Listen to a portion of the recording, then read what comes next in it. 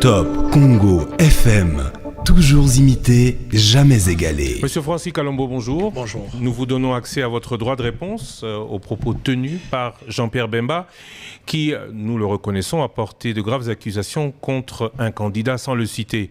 Vous êtes le porte-parole adjoint de Moïse Katumbi. Quelle est votre réaction ? D'abord regrettable parce que non seulement Jean-Pierre Bemba s'est appris à Moïse Katumbi, mais aussi à nos frères de l'Équateur, parce que lorsqu'ils pensent qu'ils sont des marchandises qu'on peut acheter avec 250 000 $, c'est quand même malheureux, puisqu'il doit respecter quand même les habitants de ce coin dont il pense être originaire. Ce qui est vraiment regrettable, puisque ce que nous savons, Jean-Pierre Bemba lui-même a touché 10 millions de $, pour aller avec à l'Équateur. Je pense que nos frères de l'Équateur n'ont touché aucun rond. L'argent qu'il a dépensé pour louer les hélicoptères, il aurait pu s'en servir pour faire des routes, permettre à ce que nos frères et sœurs puissent circuler librement à l'Équateur. Face à cet échec, sans bilan, sans rien, il est venu ici pour raconter n'importe quoi, ce qui est malheureux pour quelqu'un qui n'a pas de leçons, ni de moralité, ni de quoi que ce soit à donner aux gens. Tout le monde sait que Jean-Pierre Bemba a vendu ce pays à l'Ouganda. Il est allé en Ouganda, il a pris Museveni.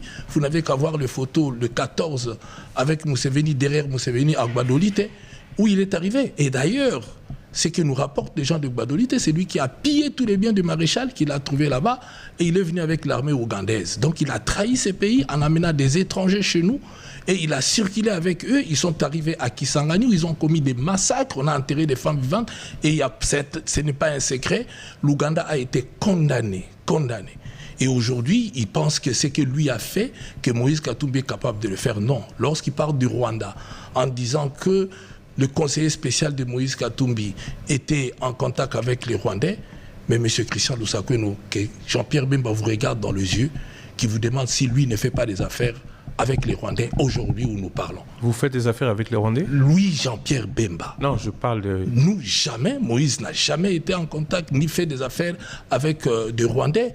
Mais poser la question à Jean-Pierre Bemba, le 13 juillet 2023, alors que le Rwandais, on traite Kagame de tout, il a été faire quoi à Kigali ?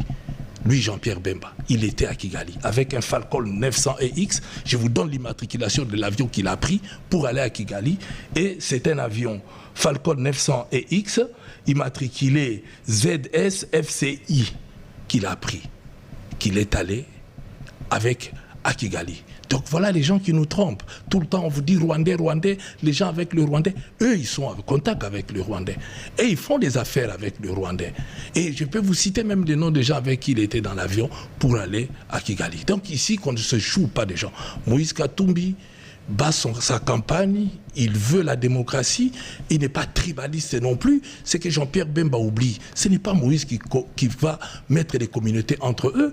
Moïse Katumbi, devenu gouverneur, a restitué tous les biens des Kassaïens qu'on avait pris. Il a autorisé aux Kassaïens de rentrer au Katanga et beaucoup de Kassaïens étaient mieux à l'époque où Moïse était gouverneur, et pas du tout. Il faut rappeler à Jean-Pierre Bemba, si lui n'a rien comme argent, tout ce qu'il a géré tombé en faillite, il continue à vivre sous le mamelle de son père. Ce n'est pas le cas de Moïse Katumbi. Moïse Katumbi est devenu gouverneur en état millionnaire. Avant de devenir gouverneur, il n'a pas fait fortune en devenant gouverneur. Si lui a fait fortune en devenant vice-président de la République après qu'on ait tué des Congolais, ce n'est pas le cas avec Moïse Katumbi. Si lui a vendu, aujourd'hui on lui doit 27 millions par la RV avec des avions pourris qui ne vaut même pas 300 000 $, ce n'est pas le cas de Moïse Katumbi. Moïse Katumbi ne s'est pas enrichi quand il devient gouverneur. Il est devenu gouverneur étant riche, étant milliardaire déjà à cette époque-là. Et les témoignages sont là, qui nous disent quand est-ce que Moïse Katumbi a fait. Et d'ailleurs, en devenant gouverneur, il s'est porté plusieurs fois garant pour obtenir des crédits, pour permettre à ce que même les travailleurs de SSF puissent être payés, même pour avoir des crédits pour faire certains travaux au niveau du gouvernorat du Katanga. Donc voilà quelqu'un qui s'est donné bec et ongle pour sa patrie, pour sa nation. Vous les traitez d'immoralité. Jean-Pierre Bemba de moralité. Non. Nous avons perdu Igo Tanzambi ici à Kinshasa parce qu'il parle de la des élections. Mais pourquoi les gens sont morts ici? Parce que Jean-Pierre Bemba a refusé de reconnaître les résultats des élections. On a tué. Qu'il aille, moi, mais est-ce qu'il a déjà donné, il s'est donné la peine d'aller visiter la famille d'Igo Tanzambi, un homme d'affaires qui n'avait rien à voir. Et beaucoup de gens sont morts. Donc Jean-Pierre Bemba, derrière lui, Les pygmées ne peuvent même pas s'approcher. Parce que le monsieur, on n'a pas de leçons à recevoir de moralité chez lui. Roger Lumbala l'attend là-bas. Qu'il aille à Paris, on va voir. Donc moi ici, je tiens à lui rappeler, nous voulons la cohésion nationale, nous voulons que les choses se passent bien. Tout ce qu'il a décrit sur votre micro, c'est la perte de perte. Il n'a rien fait pour aider le pays à avancer. Ministre de la Défense, aucun bilan, zéro. On n'a pas récupéré un seul centimètre. Vous lui avez posé la question ici, il était incapable de vous dire ce qu'il a pu faire. Mais nous, dès qu'il est arrivé, ils sont arrivés aux affaires, nous continuons, lui, ministre de la Défense, à perdre. Je l'ai vu énervé les jours du dépôt de la candidature du président Félix Tshisekedi, où Jean-Pierre Bemba, on lui a interpellé pour lui demander Bounagan est toujours entre les mains. Il s'est énervé. Voilà quelqu'un qui n'aime pas la contradiction.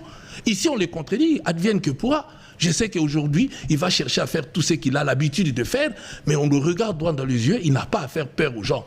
Jean-Pierre Bemba, c'est quelqu'un qui est allé à Bangui, où on a fait des crimes, on a commis des crimes, et lui n'a pas de leçons à donner aux gens. Je me demande, il y a peut-être que Félix Tshisekedi qui peut nommer un monsieur comme ça, vice-premier ministre de la République. C'est la honte. C'est la honte. Francis Kalombo, la campagne se termine sur des propos qui ne sont pas des propos de campagne. Est-ce que vous le regrettez ? Énormément, ça ne vient pas de nous. Mais ça vient de l'autre côté parce qu'ils ont peur de perdre. Et Jean-Pierre Bemba, c'est dans ses habitudes, il aime que le sang coule. Mais vous en ajoutez une couche aujourd'hui. On reprend parce que c'est quelqu'un qui aime que le sang coule. Il l'a fait couler à l'époque, même lorsqu'il fallait faire une démocratie, il n'a fait que ça. Donc même ici, pour accepter les résultats des élections, les chars sont sortis, la guerre a éclaté à Kinshasa. Voilà un monsieur comme ça, oui, il n'a même pas honte. Est-ce qu'il faut que vraiment qu'on continue à faire couler le sang des Congolais? Non, nous avons choisi la démocratie. Monsieur Christian, il y avait un choix à faire. Soit nous prenons des armes comme les gens du M23, ce n'est pas l'argent qui manquait à Moïse Katumbi, soit nous boycottons les élections comme ceux du PPRD l'ont fait. Nous avons accepté d'aller privilégier la démocratie. Alors il faut le minimum de respect. Aujourd'hui où je vous parle, on interdit à Moïse Katumbi d'atterrir à Kananga, de faire l'espace kassaïen. Aujourd'hui où je vous parle, où est la démocratie? On a empêché à Moïse Katumbi de faire venir des avions qu'il a déjà loués, même les hélicoptères, mais eux-mêmes, ils circulent avec les hélicoptères. Non, ce n'est pas ça. Le peuple n'est plus dupe. La campagne se termine. Quel est le bilan de la vôtre? Mais nous avons... Le bilan de quoi? Votre campagne. Mais attendez, nous avons fait notre campagne où vous... Et d'ailleurs, j'ai suivi Jean-Pierre Bemba dire qu'on a... Voilà, à ce niveau-là, il parle comme quelqu'un de la rue. Je parlais de votre campagne. Notre campagne se déroule, il y a un monde fou et il pense que nous montrons... J'aimais quiconque a défi M. Christian Lusakweno de prouver, il a $1 million qu'on va donner si quelqu'un avait des logiciels pour gonfler le nombre de gens. Ça n'existe pas. C'est n'importe quoi. C'est les cas d'Iocha, de ce que les gens de l'Union secrète sont en train d'inventer. Mais moi, je vous dis que nous, nos déplacements, on le met directement sur Twitter, tout comme sur YouTube. Il n'y a pas de montage. S'il y a quelqu'un qui peut faire le montage, qu'il le prouve. Ils sont incapables de faire la même chose. Et bien voilà, la jalousie leur pousse à dire que non, non. Moïse fait le carton plein partout où il passe. La preuve, il est allé, il voulait faire l'espace kassaïen aujourd'hui. Les gens allaient voir combien les Congolaises et les Congolais, surtout de l'espace kassaïen, parce qu'ils se souviennent du bienfait de Moïse Katumbi. Ce n'est pas pour rien que les gens viennent vers lui, parce qu'il est bon, il aime les gens et il habite avec les gens, puisque même à Kananga, Moïse Katumbi a une résidence, partout où il passe, il dort chez eux. Il se sent au Congo parce qu'il pense être un très bon citoyen et un très bon avec un bilan positif, puisque Moïse, quand il est gouverneur, il a géré. Aujourd'hui, l'Union sacrée a géré, Moïse a géré. Vous n'avez qu'à comparer. L'Union sacrée a géré, Moïse a géré. On peut comparer la gestion de ces deux.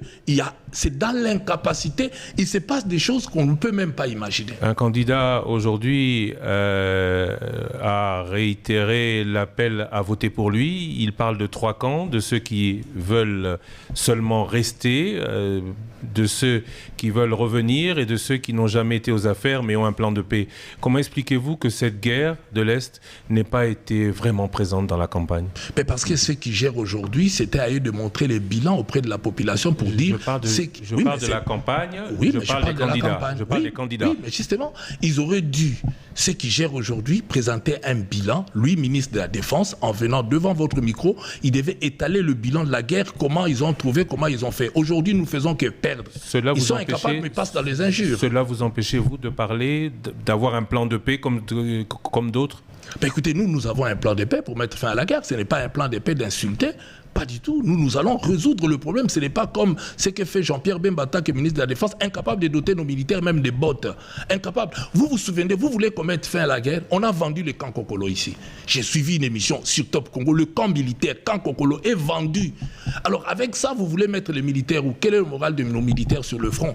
Parce que tout est vendu. Le marché central est vendu. Foire internationale est vendue. L'aéroport est vendu. L'immeuble ici qu'on est en train de construire aux côtés des affaires étrangères, 300 millions de dollars, c'est comme si le Congo était incapable, on donne aux Turcs 40 ans pour gérer, donc c'est aussi vendu.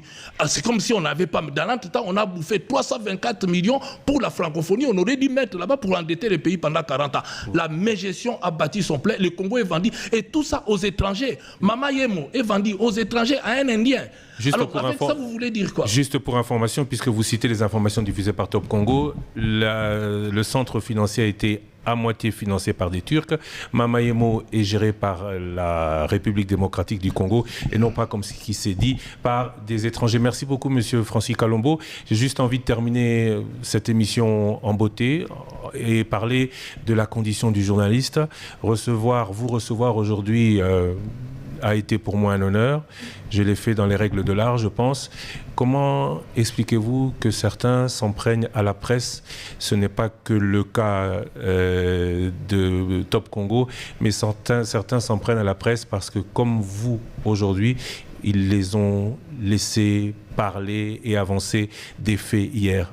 Oui, comme Stanik qui croupit en prison, ce qui est inadmissible. Les journalistes font leur boulot, ils posent des questions, et à nous, des hommes politiques, de répondre. Mais il faut aussi regarder, nous, des hommes politiques qui répondons, on nous arrête si on a la chance. Parce que quand on n'a pas la chance, on retrouve mort dans un coffre d'une voiture. Donc, on nous tue. Mais attends, entre autres, la presse et les hommes politiques, puisque Stanik qui croupit en prison, il est de la presse. Et nous, les hommes politiques, qu'on tue ou qu'on nous arrête, ça fait partie aussi de ça. Parce que quand on vient devant la presse... De certains de vos partenaires après l'émission de Jean-Pierre Bemba à l'égard du média qui l'a fait parler et qui vous fait réagir aujourd'hui? Non, mais moi je pense, Monsieur Christian, ce qui est vrai, c'est que les gens peuvent avoir leur réaction. Moi, la preuve, je suis venu répondre pour donner droit à réponse. C'est ça, Moïse Katumbi. Moïse Katumbi n'a pas besoin de s'apprendre à la presse. Il n'a pas besoin de s'apprendre à qui que ce soit.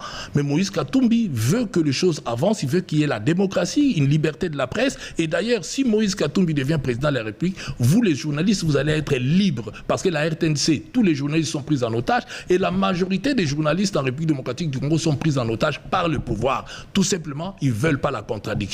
Le gens aiment insinuer des choses sur des gens, tout comme Jean-Pierre Bemba est en train de le faire, mais lorsqu'on le fait contre lui-même, il s'énerve parce qu'il n'accepte pas. Traiter ses frères de l'Équateur comme des marchandises qu'on a achetées à $250, $50 000, alors que lui-même a pris 10 millions de dollars qu'il n'a versé aucun rang chez les autres là-bas. C'est quand même malsain de sa part. Et lorsque les journalistes le disent, on s'en prend aux journalistes. Et moi, je dis que c'est nous, les politiciens, qui sortons des choses, mais ce n'est pas aux journalistes qu'il faut s'en prendre. On parlait de la presse, malheureusement. Et pas d'autre chose. Merci beaucoup, Monsieur Francis Kalombo, et à très bientôt. Merci beaucoup, Monsieur Christian Lusakwen.